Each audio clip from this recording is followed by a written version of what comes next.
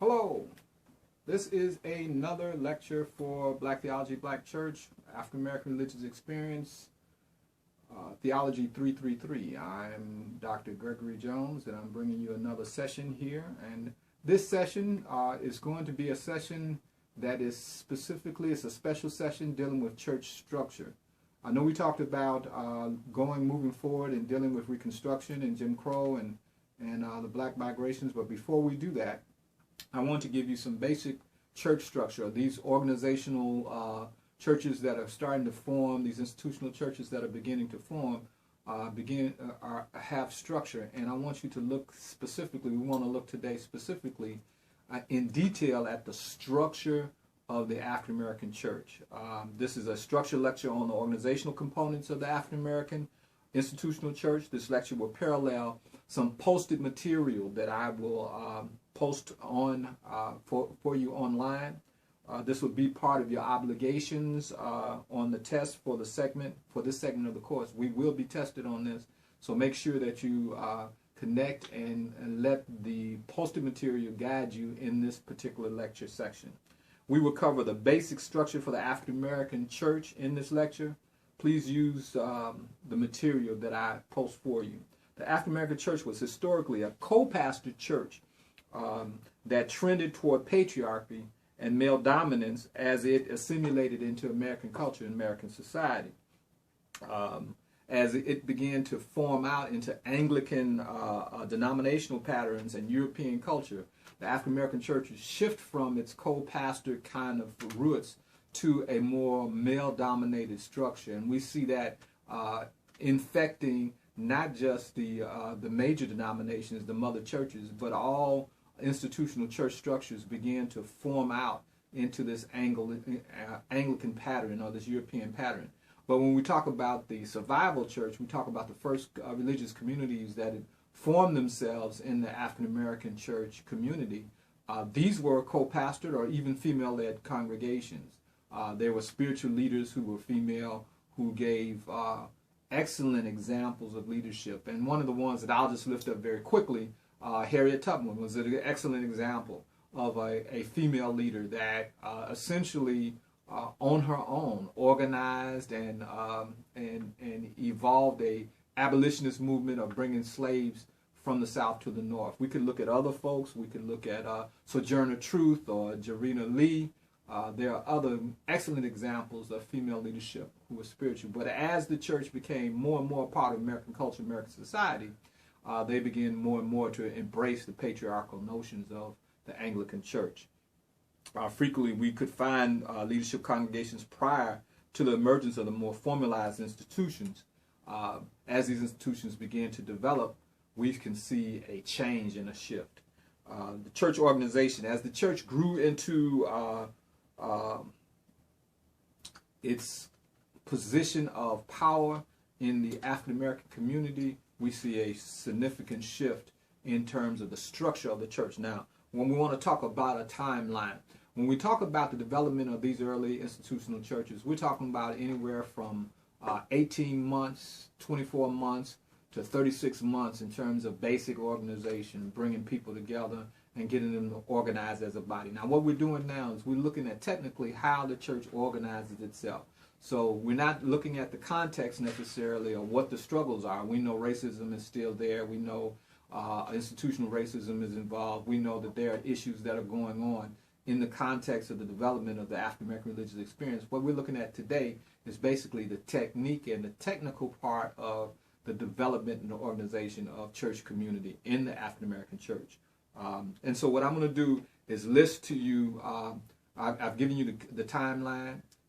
We're talking about 2 years, maybe even 5 years, to the development of a full-blown organized group of folk. But 18 months to 36 months is generally the most popular point and timeline that we're dealing with. We want to list out the kinds of organizations that are in the church. And I'm going to list them to you. Pastor, deacon or elders, ushers, auxiliary groups, standing committees, special committees, fellowships, outreach and evangelism, church councils or board of trustees, And then ministries and missions are basically some of the formidable structures that we see in these early institutional churches. And so what we're going to do today is we're going to kind of give you a definition of each of these so that you have an understanding of how these things form out. The preacher, the pastor, the early pastors were basically treated much like we see kings and queens of Africa. You know, so the pastor's family, the minister's family is basically treated, has an African throwback as royalty in these early churches. The preacher is basically called to only bring the word, the message from the Word of God, teach through Bible studies and or through organizational projects, and then healing, to do those things that are spiritually kind of designated into the mind and spirit of the body that pastor is serving. We see him being or her being the leadership in worship. We see in rituals, in the Eucharist, if you will, and communions, if you will, baptisms. Essentially, the old saying is that what the pastor does or the preacher does is marry and bury. In other words, he officiates over marriages, he officiates over baptisms, and he officiates over burials or funerals. The next group that we're going to look at are deacons or elders. Deacons are basically called by the pastor. The pastor basically identifies, who shows the kind of spirit to have a spirit of service. They're guardians of both the physical space and the spiritual space of the congregation. They are caregivers, caretakers, and they are the right arm and eyes and support of the pastor. The deacons or elders can be either women or men. In the early church, they were both women and men. But later, as I said earlier in this lecture, as individuals became more anglicized, they became more patriarchal, and we see a kind of shift going from exclusion of women out of eldership, out of pastoral kinds of or diaconate kinds of service. But for the most part, deacons can be both men and women.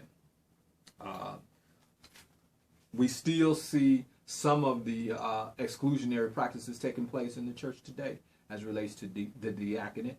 But in most popular communities and popular institutional settings, the diaconate is not genderized. It has to do with service. You cannot say, I want to be a deacon. You have to show your ability to serve and to be a caregiver and a caretaker. Greeters and ushers. Greeters and ushers welcome people into the sanctuary, care for the membership and visitors, deal with the health and the order of the church and the church service. They collect offerings, they help serve and administer communion. If anybody gets sick in the congregation, the usher or the greeters are part of that. And then we also see the auxiliary that I will talk about, the Nurses Guild. We'll talk a little about how they serve in support of the ushers. The ushers are the formal group and greeters are the formal group that handle the populations or the audience of the worship community. The auxiliary groups, as I mentioned, the Nurses Guild, the Women's Guild, Hospitality, the Flowers Guild, the Altar Guild, are all special service to the church. The Nurses Guild, for example, are there specifically to deal with health-related problems, whether people feel faint or whether people need their medications or people get sick in church or a child is having a problem in church. The Nurses Guild is a special group of individuals that deal with the ministering of health issues to the church in assistance to the pastor. Now, we see this happen in a very powerful way in Philadelphia when basically the AME Church Nurses Guild, the African Methodist Episcopal Nurses Guild, take on cholera. There's a cholera outbreak, and the Nurses Guild of the churches in Philadelphia essentially stand their ground and give service to the people who were being touched by this particular disease. They were very well organized. In some churches, you'll see the Nurses Guild actually sitting in a particular place, dressed in nurses' uniforms, prepared and ready to give service into the life of the church. It's a very rich history of the Nurses Guilds in the African American church community. So I mentioned other auxiliary groups, the Flowers Guild, the Altar Table Guild. All these are special auxiliaries that organize themselves specifically around special services in the life of the church. Standing committees. Standing committees can be stewardship, building and property, endowments, worship. These are committees that stand all the time, and what they are doing is these committees stay organized to deal with these specific issues that are constant issues in the life of the church.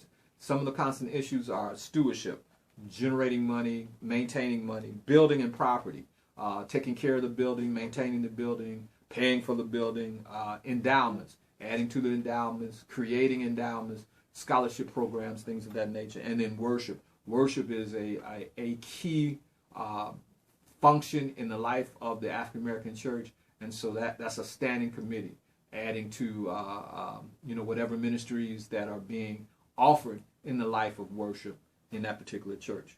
Special committees are a little different. These are committees that organize around a particular time or event. Some examples would be Advent, which is the coming on of Christmas or the birth of Christ, or Easter, or revival, a revival time in the life of the church, which is generally during the summertime, or a particular fundraising event. These are special committees that are organized around the event itself, and basically people are added to this committee to give service to this particular special event. One of the special events that were significant was Juneteenth, or the opportunity or watch night service, which was the watch night service dealt with the turnover of the year that proclaimed Emancipation Proclamation for the African American slave. And so there was the churches organized around the watch night services to celebrate the freedom, the Emancipation Proclamation, or Juneteenth, another Independent Day kind of relationship with the African American community as it relates to the freedom of slaves and the gaining of freedom from slavery out of the African American community. These are special kinds of events that churches organize special projects and programs around. Okay, fellowships.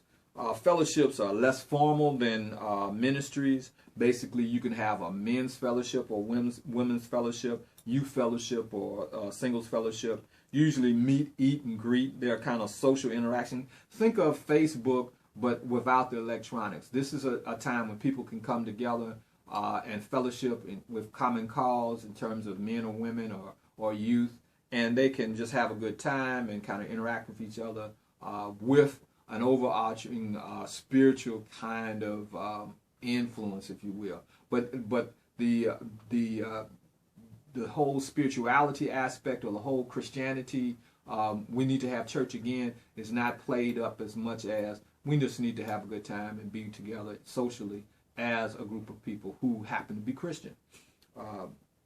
Now, that's different than the service, ministry, and mission that we see happening in the African American church. When we see ministry and missions, we're talking about specific kinds of projects, prison ministry, ministry or missions to the elderly, missions in terms of housing or ministry, housing ministry, or singles ministry. You could see men's ministry taking place, but it is much more formal. It's much more formal than the fellowships themselves. More formal and focused. It's more organized, and it has a budget that's connected to that particular ministry or mission. Outreach ministry is it has to deal with innovative projects with specific goals to reach a targeted group of folk. The projects can become ministries, but they're not always ministries. They begin as an outreach to a particular group of folks, and you want to serve them for a particular time, but then that might change, and people might say, okay, we need to standardize this kind of service. We see parenting, computer training, literacy, usually has a timeline to it. Evangelism specifically targets the unchurched and non-Christian toward the goal of, number one, conversion, and number two, the invitation to membership to that particular church. Councils and boards. The board of trustees are people who commit financially to the keeping of the obligations of the church. There are armor bearers who will do what they must to keep the church open and serving. And then councils. Councils govern the body and are elected by the body. They assume legal responsibility for the church. They guide the direction of the congregation. Not every African American congregation has councils, but most African American churches have a board of trustees to be concerned about the life and health of the community. The board of trustees essentially takes the responsibility of making sure the church stays open. These are the basic church organizations and structures. We will continue our study when we look at Reconstruction, Jim Crow, and some of the impacts of the African American community that moved them to the Great Migration. Thank you.